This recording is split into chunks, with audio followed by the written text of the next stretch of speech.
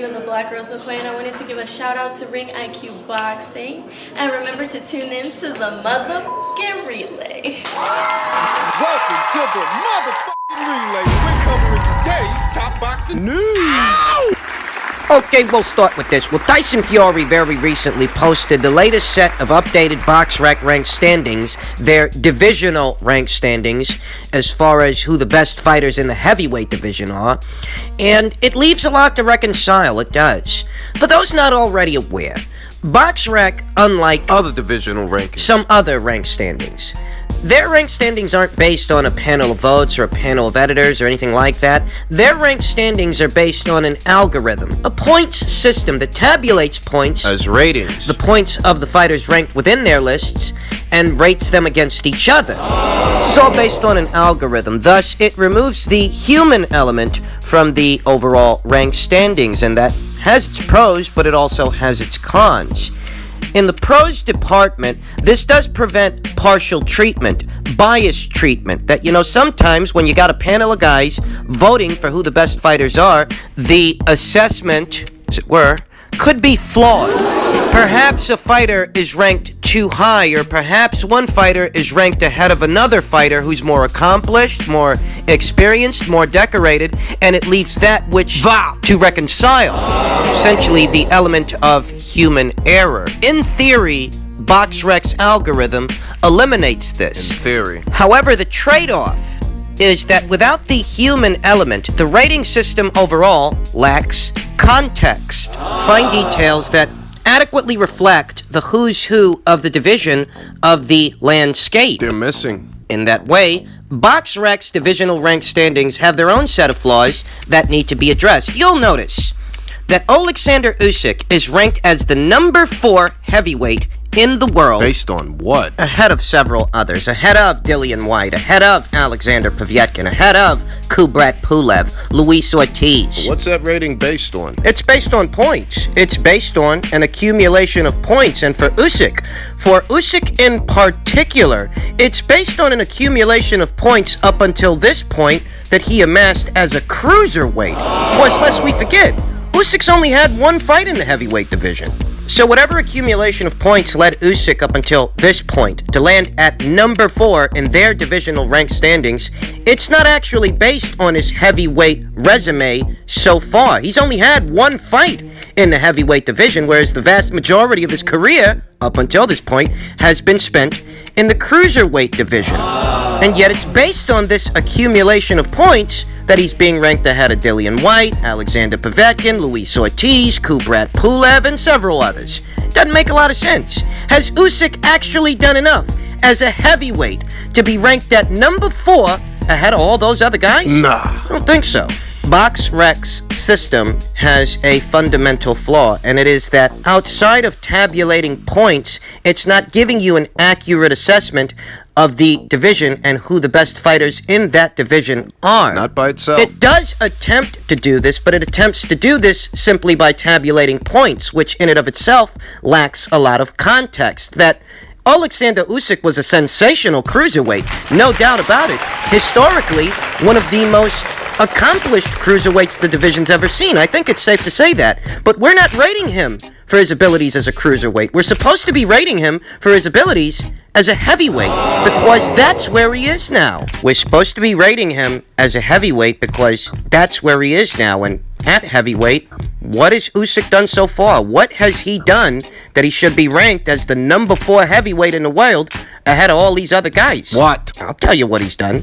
He fought Chaz Witherspoon. Beating Chaz Witherspoon makes you the number 4 heavyweight in the world? I don't think so. This isn't like when Vasyl Lomachenko, for example, moved up from 130 to 135 and fought Jorge Linares in his very first fight at the weight. This ain't like that, and this ain't like when Terrence Crawford moved up from 140 to 147 and fought Jeff Horn. The difference between those fights and Usyk's fight with Chaz Witherspoon is those were world title fights. Those were world title fights against world champions. Thus, a top 10 ranking for the winner of that fight was warranted because it's a championship level fight, whereas with Usyk, you fought Chaz Witherspoon. That gets you in the top 5?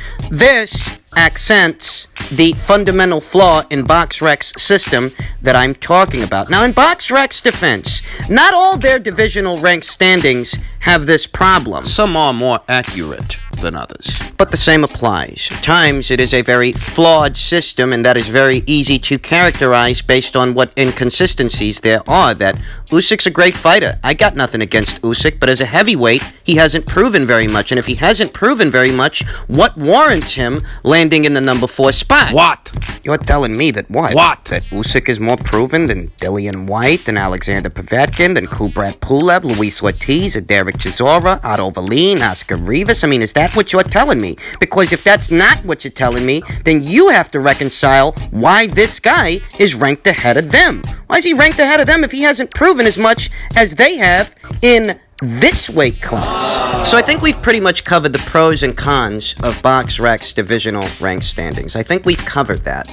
I highlight Boxrec's rank standings because, reiterate, Tyson Fury posted their divisional rank standings On Instagram. and it shows that he is ranked at number 1. I take no issue with Tyson Fury being ranked as the number 1 heavyweight in the division based on his track record. Yeah, I got no problem with that. As Tyson Fury, comparatively, has amassed 2 of the bigger, if not 2 of the biggest victories of any heavyweight in the last 4 or 5 years. Think about it. He ended the reign of Vladimir Klitschko, became a unified champion. He unseated Deontay Wilder very recently, the longest reigning champion in the heavyweight division in this era.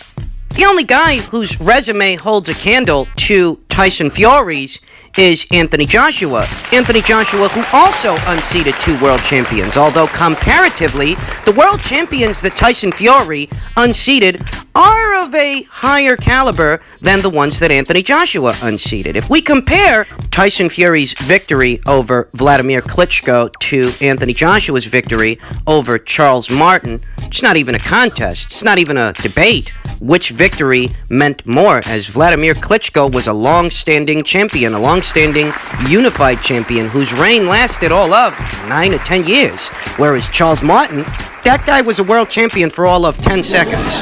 The same applies in the case of Anthony Joshua versus Joseph Parker. Joseph Parker was an undefeated reigning world champion, but I reiterate, the scalp of Vladimir Klitschko is a much bigger scalp than the scalp of Joseph Parker. Joseph didn't have the kind of reign that Vladimir had, did he? No.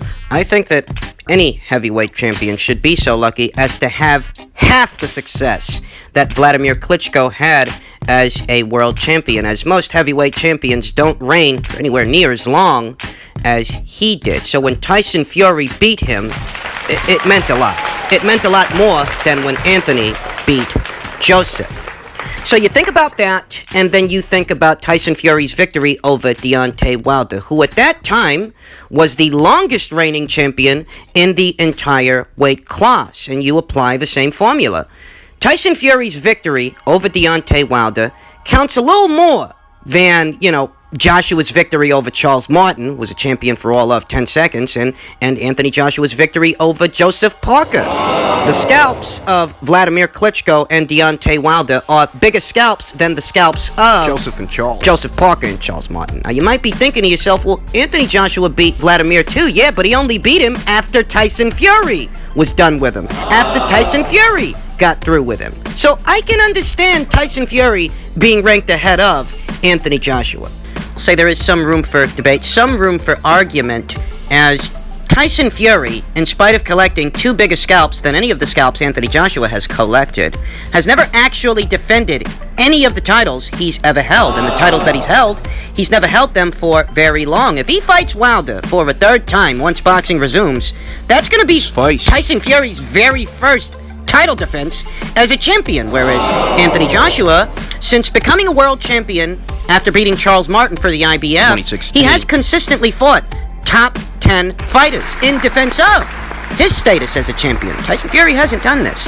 So there is some room for argument, there is some room for debate, although that is a situation that can be characterized as quality over quantity, that perhaps Anthony Joshua has fought a higher abundance of top 10 fighters. The 2 fighters that Tyson Fury beat were higher ranked guys than most of those guys. I mean, that's one way you can look at it, that's one way you can characterize it. So I can understand Tyson Fury being ranked at number 1 ahead of Anthony Joshua. But what I cannot understand when it comes to Boxrec's rankings is how Deontay Wilder is ranked ahead of Anthony Joshua.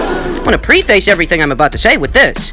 This set of divisional rank standings is not unanimous. This is not across the board. Whether you're talking about ESPN, Ring Magazine, or Transnational, their rankings differ from Boxrec's. They don't have Deontay Wilder seated in the number 2 spot, rightfully so, because that doesn't make a lot of sense, and we'll get into why that is. Who they've got seated in the number 1 and number 2 spots is Tyson Fury at number 1 and Anthony Joshua number 2.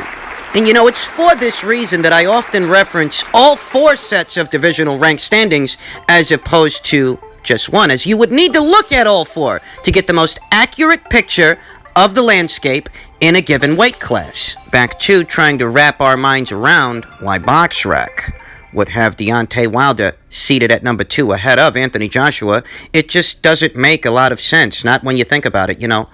Deontay Wilder, he's got 1 professional loss, and so does Anthony Joshua, with the difference being that Anthony Joshua is coming off a win, whereas Wilder, he's still coming off that loss. Just as well, Anthony Joshua is a unified champion. He got his belts back, whereas Deontay Wilder has yet to do this, and who knows if he'll get the chance. Might not. I mean, what this communicates is that Boxrec doesn't factor these aforementioned factors into their overall equation. They must not, since you got Wilder seated at number 2 and he's coming off a loss, whereas Anthony Joshua, he's a unified champion who's coming off a win. That is what this set of rank standings accents, that Boxrec, when tabulating their points in what is their point system, are leaving out certain factors, certain aforementioned factors that adequately surmise the heavyweight division and who is who within it. Wilder is not a world champion anymore. Anthony Joshua is, and he's not just a world champion, he's a unified champion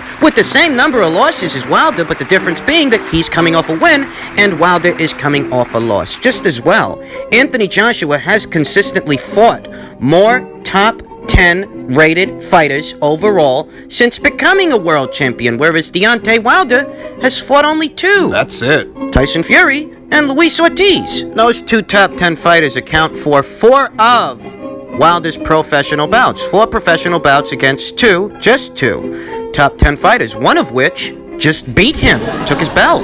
I don't think that Boxrec is factoring that into the equation. I don't think that Boxrec is also factoring into their equation that Anthony Joshua has already beaten more world champions than Deontay Wilder. I mean, if we're going to assess how many top 10 fighters these 2 fighters beat respective of each other, Anthony Joshua's got Wilder beat in that department by a wide margin.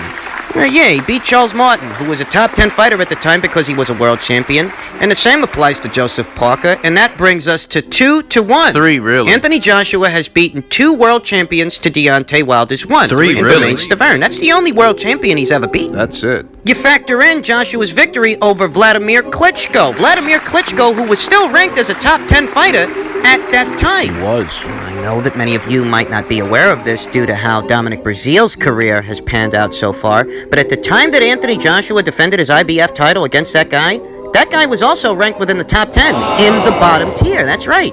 Dominic Breazeale, another top 10 fighter that Anthony Joshua beat, as opposed to when Wilder beat him. You know, when Wilder beat Dominic Breazeale, that guy wasn't ranked anywhere near the top 10. But when Joshua beat him, he was. He was undefeated at that time and had just breached the bottom tier of the divisional rank standings. He was ranked as a top 10 fighter at that time. The same applies to both Carlos Takam and Alexander Povetkin. They also were top 10 fighters at the time that Anthony Joshua beat them.